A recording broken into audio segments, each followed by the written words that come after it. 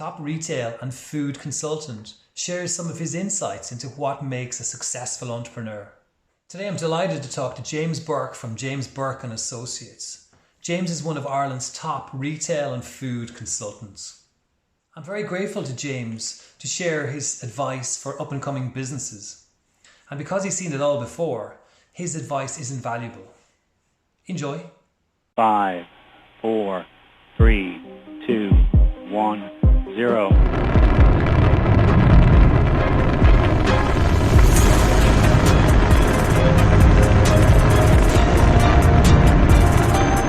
Welcome to the Selfmaker Show. This is your host, ConorLyn.ch.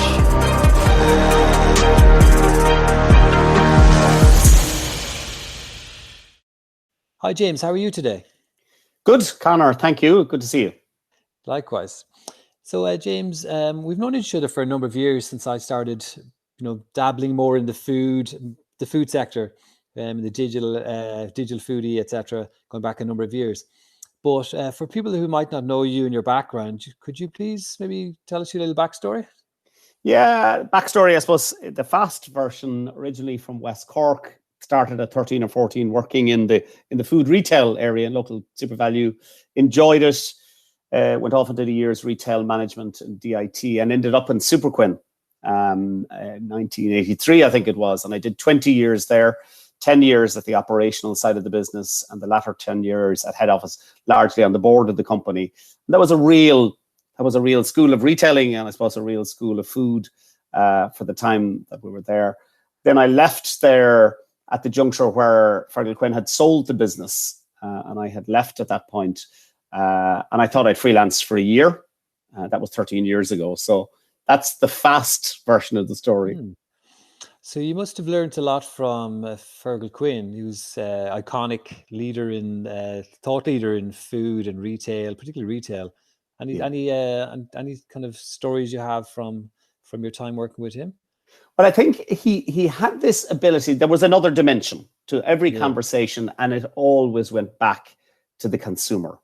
And I suppose that was really the magic piece, that sometimes he said very fundamental stuff, but when you looked at it, it was actually its essence was very simple because it kept defaulting back to say, how does the consumer view this? And there were many times I saw board meetings where, the 11 people at the table, 10 were going left and convinced that left was the right direction. And he would raise his hand and say, but what about?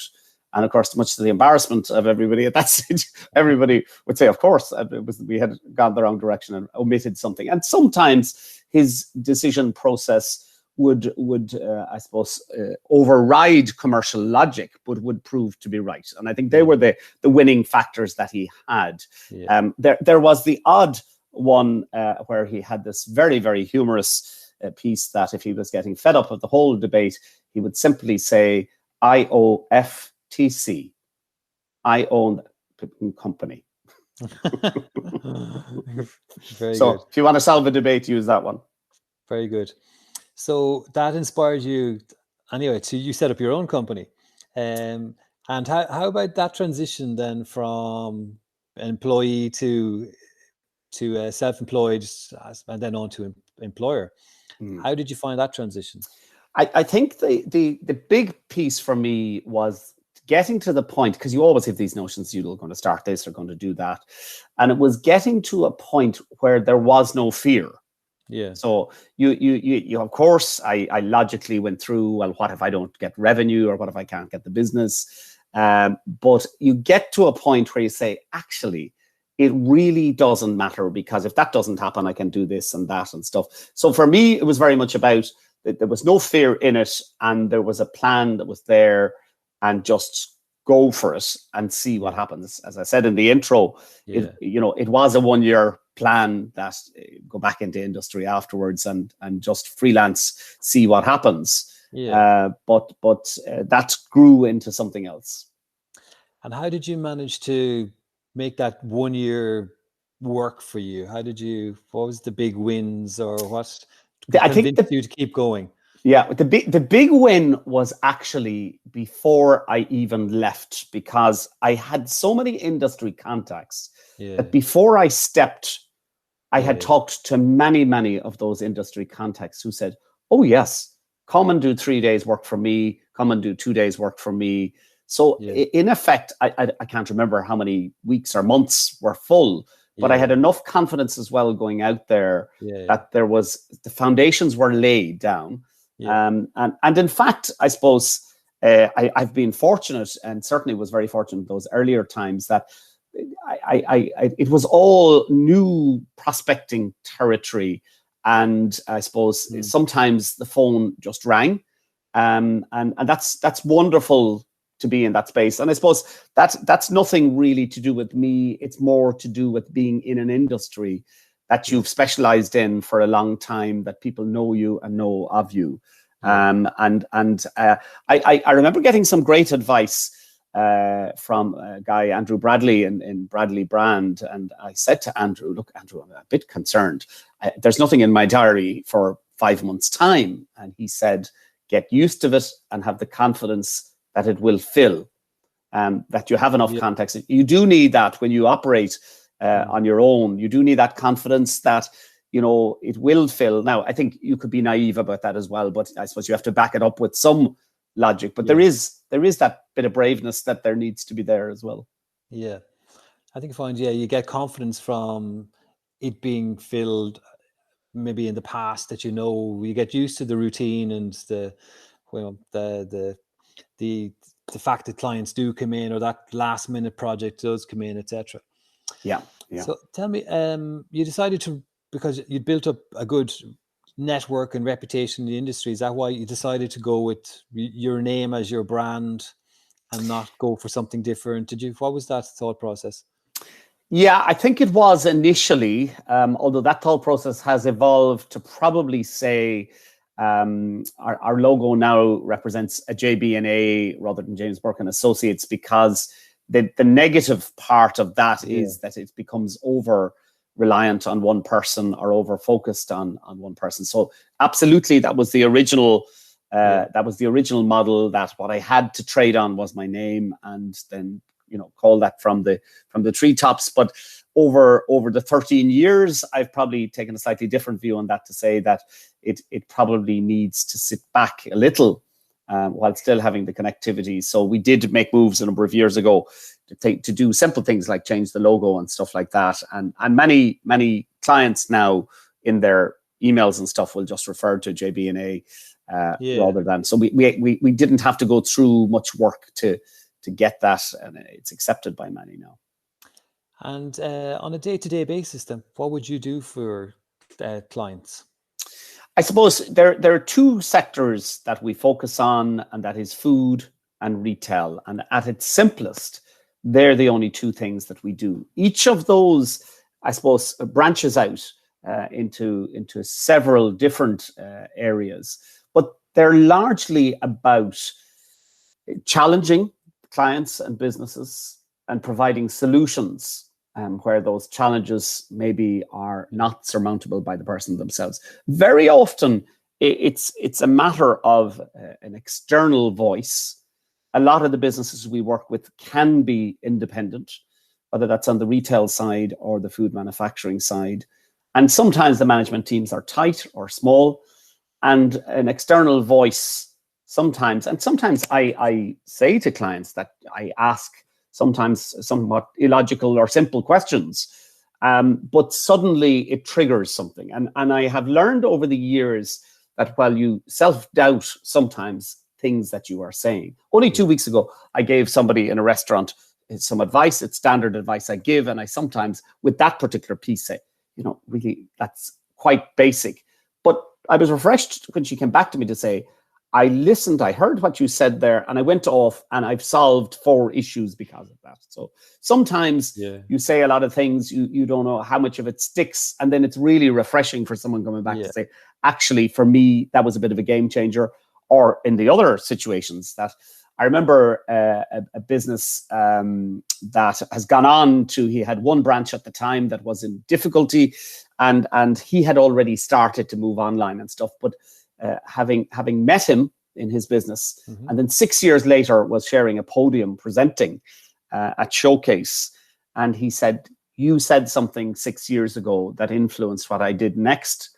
I've no idea. I can't remember even the point at this stage. And I had no idea that it had an impact. But I suppose you just have to have that confidence that, that what you're saying is the correct message and that people will hopefully take some of it. If people take 2 things from a session or from an engagement, it's probably, it's actually, I really enjoy, when someone does come back later and say, actually, there was something stuck in my mind. Yeah, that's great. And you probably get to see a lot of emerging ideas and people with ideas in the food sector, drink sector, retail sector. How would you evaluate the merit of an idea that somebody might be working on? I think very often, most, not all, sometimes people have the wrong idea, but the idea usually for me isn't the issue.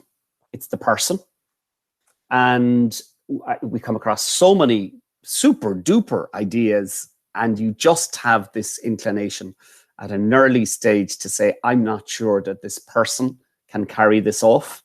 Yeah. And in a lot of cases that maybe follows through, that, they do move on to something else at a later stage, or maybe they've suddenly become self-employed and maybe that space isn't for them.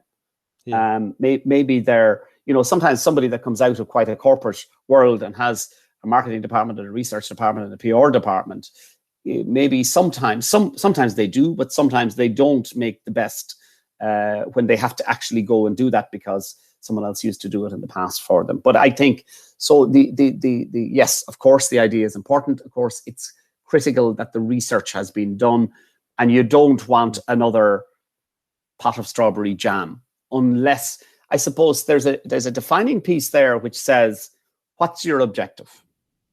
If your objective says, look, in our household, there's another very big income coming in.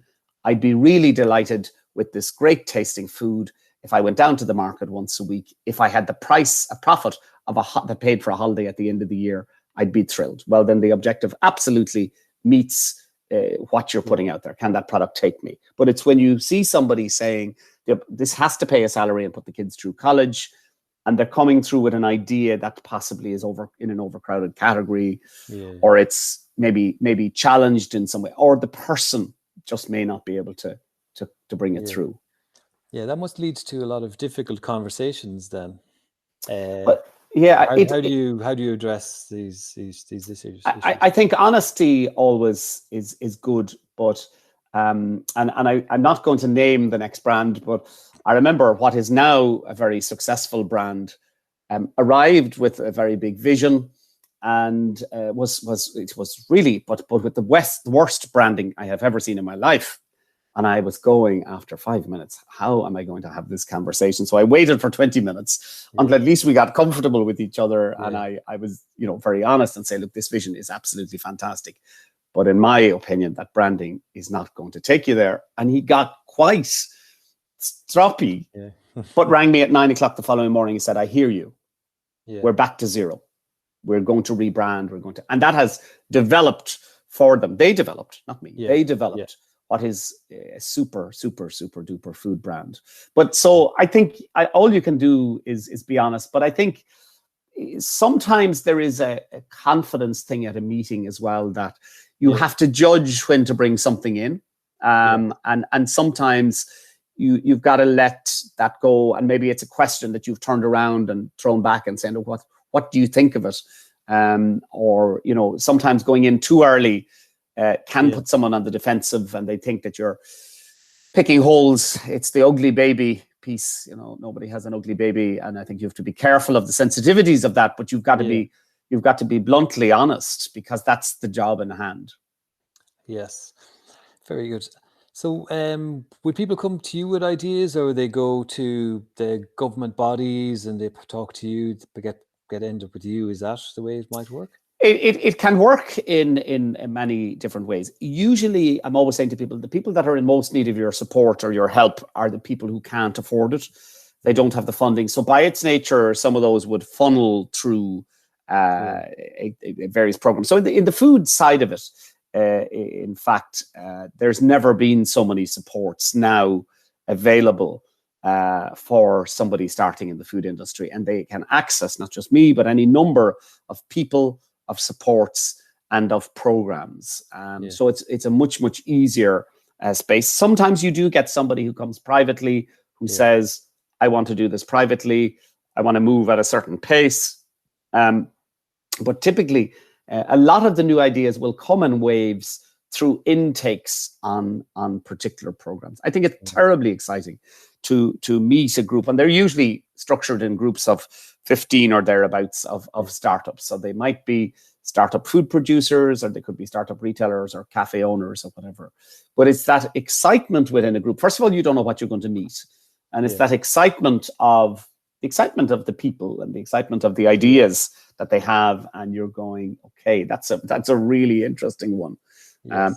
And there's always this piece that we would say to people at the beginning in a group setting like that, is to say, look, we'll say it was a food product, to say, look, every category is going to have challenges with them, and every product is going to have challenges. And if there weren't, we'd be running those courses on a daily basis, 24 hours a day, because everyone would be millionaires. So there's always a challenge with everything you bring. Have you thought about this? What about that? Are you sure about that piece?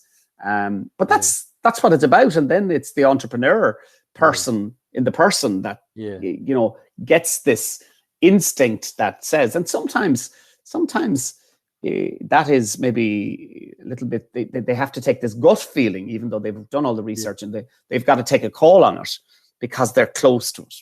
Yes. And just make a decision that turns out to be very much the correct one. Great. So the obviously the idea is important, the person's important. Is there any other kind of like key success factor that you have identified, one or two that might have crop up again and again?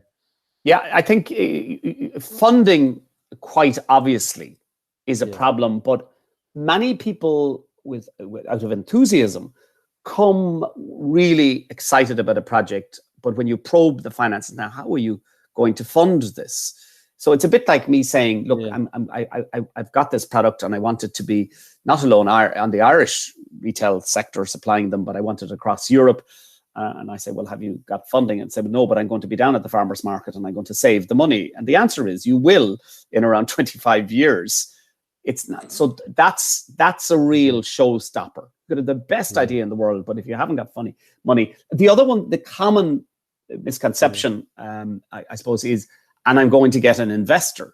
You know, it's really difficult to get an investor into any business. It's extremely difficult to get an investor into a food business, and it's practically impossible at startup stage because you've no proof of concept. And unless there are exceptions, and that might be maybe a family member who says, yes, I'm happy. I've had some circumstances which have given me spare cash, and I'm happy to go in with you on this. But as a typical rule, it's a challenging one. And I suppose if you're in the retail space or you're opening a cafe or something, the cost of startup can be quite staggering. You know, if you were fitting out a restaurant, depending on what the building was like and stuff like that, you could tens of thousands of euro before you serve a cappuccino. And that can be daunting for some people as well. Yeah, great. So have you any ways of working, or secrets of success that you use, that you have on a day-to-day basis, week to week, how you run your business, how you work, that you find stand to you and have helped you become successful? I think it's always, while we're the biggest at what we do in the sectors we do, this is a small to medium business, and therefore, we don't have the luxury of teams of people around and stuff like that. So there is that yin yang piece that constantly goes on between, you have to be there at the coalface doing certain projects, or the client is demanding that it's you that they meet, versus you have a business to run. I think certainly having a good person on the numbers externally is critical to any business, unless you've come from a finance background. I would say that to any business owner, to say, look, and every time I raise this with others, so I'm saying for my own business that I view the role of an accountant as critical and beyond their job is not to produce figures for you at the end of the year. That's any accountant can do that. This is someone that will challenge you. This is someone that you might be half afraid of, that they're coming. My God, I haven't got my wage costs in line or whatever it is.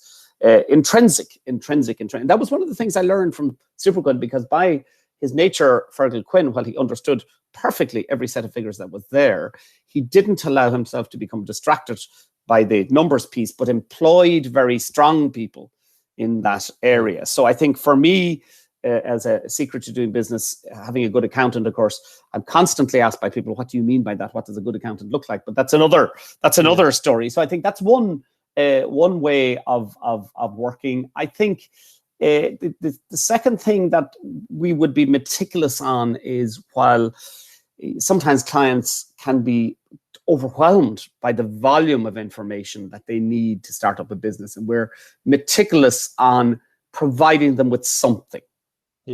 Whether it's a set of notes, whether it is material to address this, that, or the other.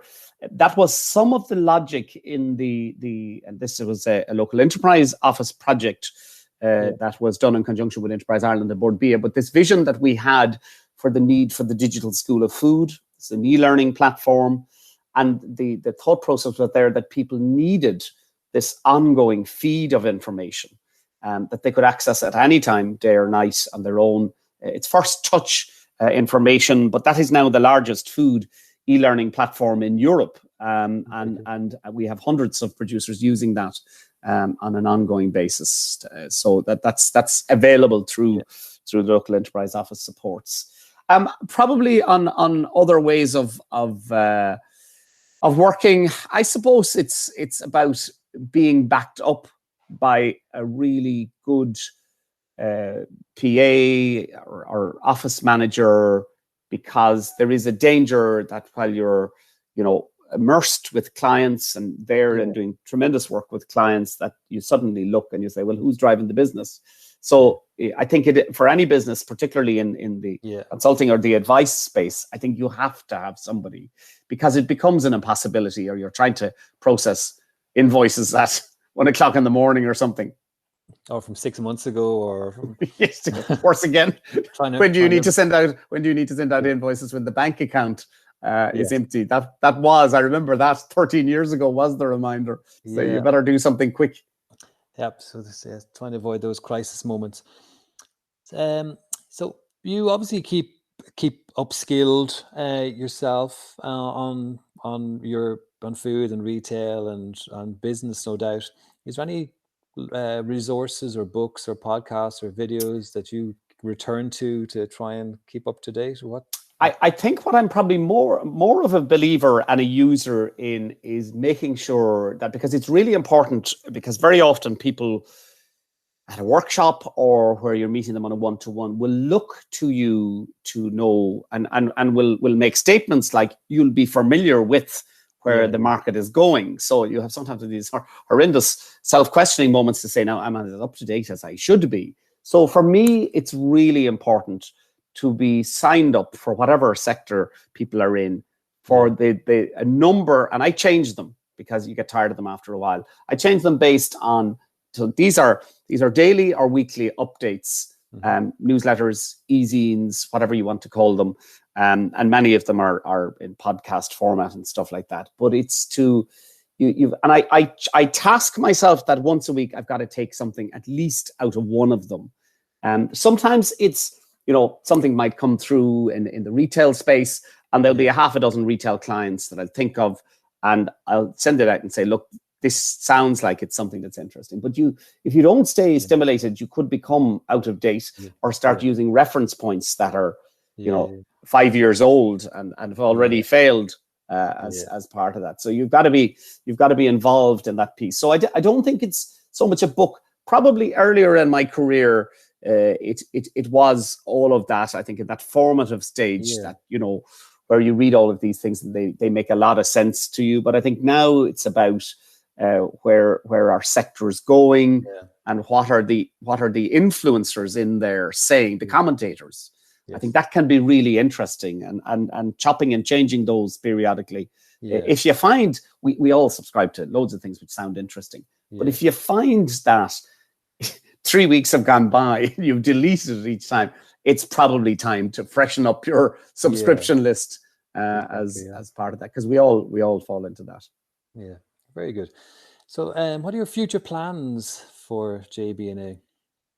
Well, I think COVID has been, I suppose, an interesting piece. I had this view around 12 months ago to say, a lot by its nature of my business is travel around Ireland, and you need it here and there. And I had this vision, which we never followed through in the way at the time, and that was about having this little studio in the office, and that once a week there would be enough subscribing clients that could get their sessions via I didn't know what it was at the time. As it turns out, Zoom or Teams or whatever it is. So the genesis of that idea was there. Certainly for us, one of the things that we did in hindsight really quickly was to train and to immerse and to buy our licenses and to know how to use.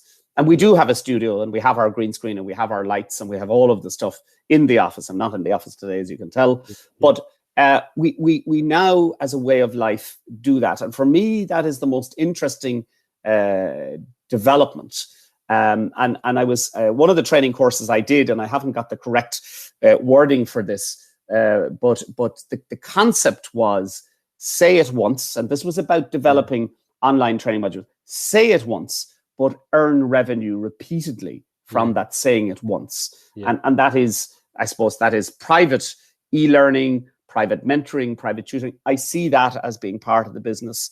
And I think, I only had a chat with somebody the other day, and I was saying, can you imagine if you suggested to a client a year ago to say, sure, I mightn't come at all, and we might do this thing on camera? You'd be blown out of the water and would have been told, what kind of a service is this? But I think what the changes in technology, technology was there, but the changes in attitude have allowed us to do is to say, actually, you can do business this way. And while there's a lot of debate about, for example, workshops, the workshops that don't work are the workshops where the facilitator doesn't understand that online space. There's a whole new skill set that we've had to do very, very fast learning on. And you have to watch people, and you have to watch their expressions, and you have to watch them if they're nodding off or the hands are going on the screen. And you have to keep those people motivated, and you have to keep the questions going out. And you have to put in, I suppose, ground rules to say, if you facilitate stuff like that and you allow people to leave cameras off and stuff like that, you're asking for trouble. And it's not. I saw a comment on a feedback sheet there recently, and it was very pointed to say it was a real pity that somebody didn't understand the protocols of doing and respect of being on. So facilitators, it's really important that, I suppose, it is a new way of working, but it can definitely work. I think not in 100% of cases. If you're trying to give a retailer advice, I think you have to be there at some stage and feel it and smell it and touch it. And maybe its subsequent succession. So the answer to your question is, I think in terms of businesses being able to do more, in our case, to internationalize, because it allows you to do things where you don't have to be there. It just opens up a lot of new stuff. And we've seen that even with every cafe and restaurant, or many cafes and restaurants, many food producers, where the digitization and the e-commerce piece has become a way of life. Now, some of that has been up there because people were locked in their houses and has settled back a bit. But I spoke to somebody in the States who was a retail commentator, has a lot of contacts in Amazon, and made the point to me that within that online shop space, we are 5 years ahead in our attitudes of where we might have been. In other words, it would have taken us 5 years to do as consumers what happened in 3 months. So I think it's positive. Wow.